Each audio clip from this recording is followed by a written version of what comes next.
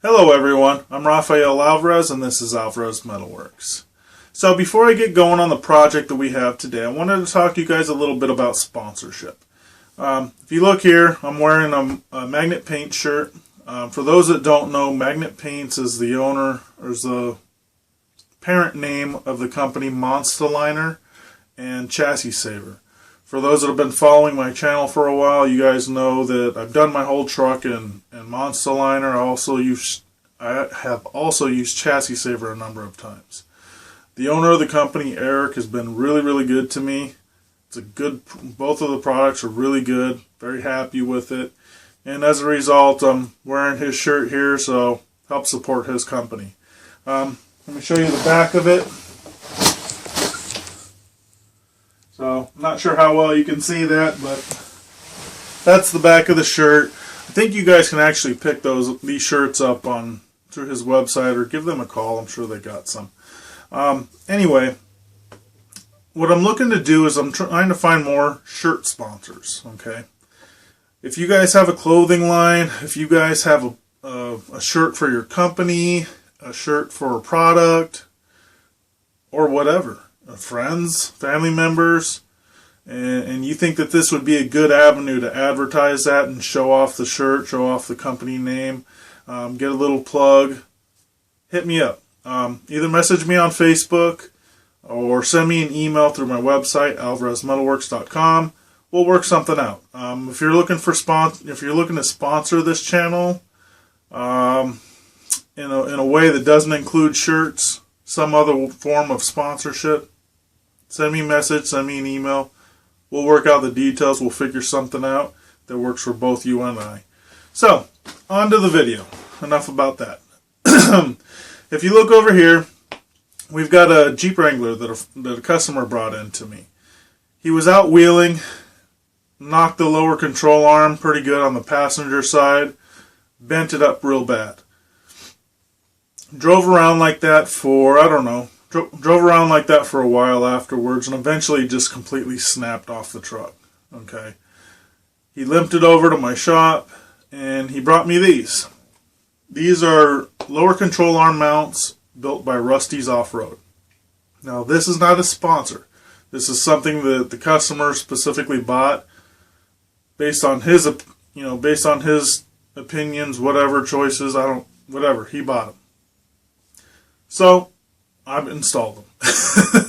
That's what this is. I install the lower control arm mounts.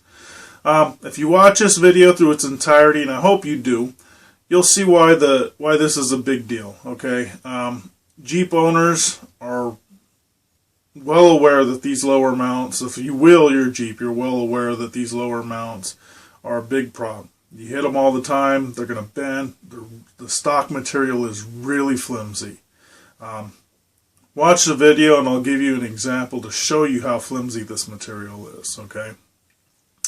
There's a segment in here where I demonstrate how flimsy they are. So, anyway, let's get to work. Enough of me yapping and babbling, and I'll talk to you guys after it's all said and done. So, have fun. Enjoy. Okay, so here's the project and what we got going on. Get down under here and show you guys this. I've already started. But basically, this is how the customer brought this to me. Lower link busted off. Done a little bit of grinding here. And you can see it's starting to surface rust already. But no big deal. When you weld these brackets on, here they are. So that's kind of the difference here. I mean, you can see the size difference here is pretty massive as far as the thickness of metal goes. So when you weld this on, the factory one, if you look at this side, you see how it wraps pretty much all the way, all the way to this side of the axle tube. It was basically about right here. This one doesn't come nearly as close to that. It's more like, sorry about my big hand, hold on. We'll switch hands here. So it's more about right there. Okay, actually even less than that. What I wanted you to see, if you look right here, you can see that there's a piece of that was just ripped out. So what I have left to do on this side is finish grinding the leftover bracket off here and here, and I need to grind this off, and I need to prep this entire edge right here. Okay, that's where you're going to get your fitment. I'm going to get this arm out of my way. Once that's ground down, you're going to be able to know the position, because this is going to butt up against that. And you're going to weld across the top, and then you're going to weld around the radius sections here. You're going to weld around these. Okay? You're also going to want to weld across there if you can. You're only going to be able to get so far because of this bracket's going to be in the way. But you can get a little bit of it. May actually be able to weld it across the inside edge too before you put the arm in. So, and there should be room to get a little bit of weld on the inside of these as well. So that's what the plan is. I'm doing all of this off my back, so the welds are probably not going to be the most beautiful things in the world, but they'll be strong, they'll penetrate well, and everything will be good to go. For now, what I'm going to do is I'm going to grab a ratchet strap. I'm going to hook it on this bolt, hook it to the transmission cross member over here, and pull this arm down and get it out of my way. So I got plenty of room to get in here, finish grinding this off, and get that all welded up. So sit tight, I'll be right back. Once this side's done, I'll show you the final product, and then we'll get to work on cutting this one completely off. This one's not damaged, but it's got to be removed, which is not going to be fun. I don't even want to begin to work on that until this one's attached, because then I'm taking the risk of the axle trying to roll out of underneath me. So I'll fix this, and I can start working on this side. Alright, see you guys in a second. Okay, so got this one all welded in. See, like I said, welded across the top. I couldn't get cleaned up into this corner very good. So what I did is I started my weld on this side, came across, and it was hot enough where it was able to burn away the crap by the time I got to the corner. So I didn't have any issues with sputting and spattering too much when I got to that point. Technically, your strongest joint's going to be going from bottom up when you have vertical joints like this, but for the sake of not having a really big mess, I started here in the corner and brought my way down. I found that to be the easiest way to do it on all of these beads. You see the top's welded here. That's probably the ugliest weld I've got, and the reason being is it's just very, very awkward to get in here with the gun. It's tight quarters. I started on this side and came across this way. This side over here didn't really get that good of a weld, but when I did this slope here, you know, I came in around and then down, so I fixed that. See, there's a little bit of spatter up there. Again, it's just really, really tight quarters. I'm not getting the gun in there as well as it should be, but it's all good to go. Welded, fully welded inside and out. Obviously not the top up here, because there's no way for me to get inside of there, but it's welded across here, so it should be good enough. Welded across there. I'm going to hit it with a couple of spot welds right at the edge of this, just to seal that up, because you got two welds coming down on both sides but nothing at the very edge. So I'm going to climb out of underneath here and just tag it on the very ends, a couple on both sides, just to make that weld solid and there's no little gap there. Then I'm going to let it cool off while I'm taking apart this old bracket, and then put the link up there when it's cool enough. I don't want it to melt the bushing. As soon as that's up there, pulling this one down and doing some swearing and things like that until I get that bracket off. But getting it welded up is really not that big of an issue. It's getting that bracket off of there and getting it all cleaned up. So anyway, talk to you guys in a second. Okay, so here's something I wanted to show you. This is the factory mount on the driver's side. This was intact. You see here, I literally broke this side off just using the crescent wrench, and I'll show you here in a minute. I'm going to try to break this other side off. Not try, it will break off. A little bit of bending back and forth, just with a crescent wrench in my bare hands, and it'll snap right off. You know, I just wanted to show you guys this because that's pretty embarrassing. Chrysler should be ashamed of themselves for building an off-road vehicle with suspension mounts that can be snapped off like this.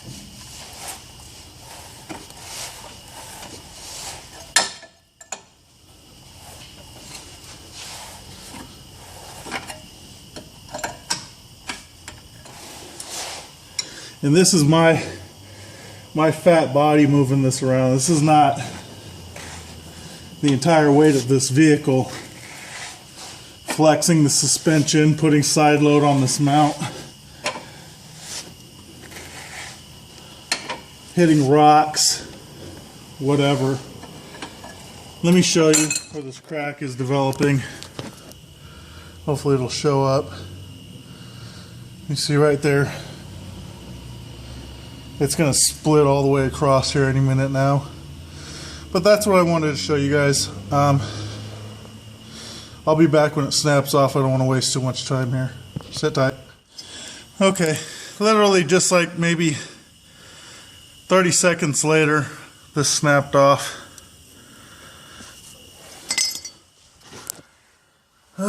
Just to show you, no cutting or nothing like that was involved. Just bending.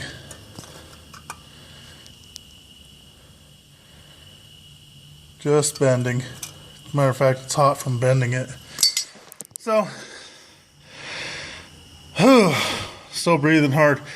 Anyway, that's the quality you can expect from factory mounts on a Jeep. Okay, so we're all done here. These welds are a little bit better than the other side. I was able to get in here at a little bit better angle. I struggled on this one here a little bit, but still good. This top one here, I ran that and just ran straight down. It was one continuous bead all the way down. So this one I had to come in from the front side because I wasn't able to get my helmet in here to be able to see like I can with this view. I can't see that, so I was like kind of underneath the axle trying to get that one, and it's a pretty awkward position. Like I said, I'm not going to put a weld on the outside of this one, and the reason being is this is a cast piece right here. This is cast iron. I don't want to take any risks of cracking that. I know I can weld to it, but it's better to not take a risk in this situation. So I just welded it continuously down this side, and if you look down here, I wrapped it around the corner just to try to eliminate possibilities of stress cracks along the beginning of that weld. There's also this top weld here, which will hold this side a lot more sturdy, so that's another reason why I wasn't too concerned about taking a risk of welding along this cast housing. So everything's done, everything's good. I'm not going to show you guys the bolt up process. I think you kind of understand that. You know, put the arm up there, line the axle, get the bolt in, and that's it. So that's it for now. Talk to you guys in a little bit. Okay, well, I'm back. Hope you guys enjoyed that. Hope you got something out of it. On a scale of 1 to 10, if I had to rate the difficulty of this job, based on you having a solid understanding of how to use a MIG welder or even a flux core welder, could you do this with a stick welder? Yes. It's not going to be easy. Okay, and the reason it's not going to be easy is just clearance issues, but it can be done.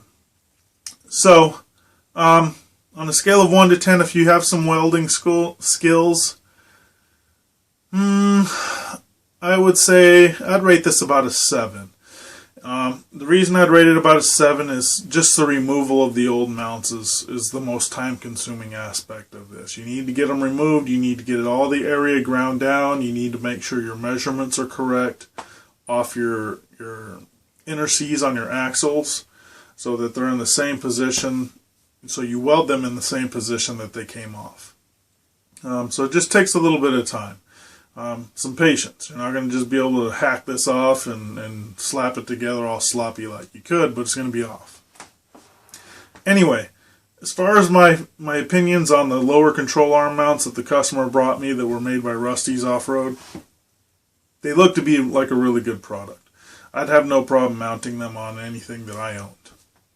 Now, as you saw in the video, Jeeps are notorious for having weak lower control arm mounts, or weak control arm mounts in general. But the lower control arm mounts take a beating when you're off-road. There's a number of different companies out there that sell lower control arm mounts and aftermarket versions of them. How I would rate Rusty's compared to those, I really could not tell you. Okay? I'm solely basing my opinion off these lower control arm mounts based on the factory ones. And based on the factory ones are leaps and bounds better. Are they the best ones on the market? I don't know. I don't care. I don't own a Jeep. But they're good. So, with that being said, let's wrap this up. Remember about the sponsorship stuff. If you guys are interested, again, hit me up. If you're new to my channel, don't forget to subscribe. And like always, if you haven't already, like my Facebook page. Go check out alvarezmetalworks.com. Website hasn't been updated in a while, but at least the video content that's on there is organized much better than it is on my YouTube channel. So it's a little easier to find some of the projects and so on and so forth. I will be updating that. I may redesign the website so that it updates a little bit easier for you guys.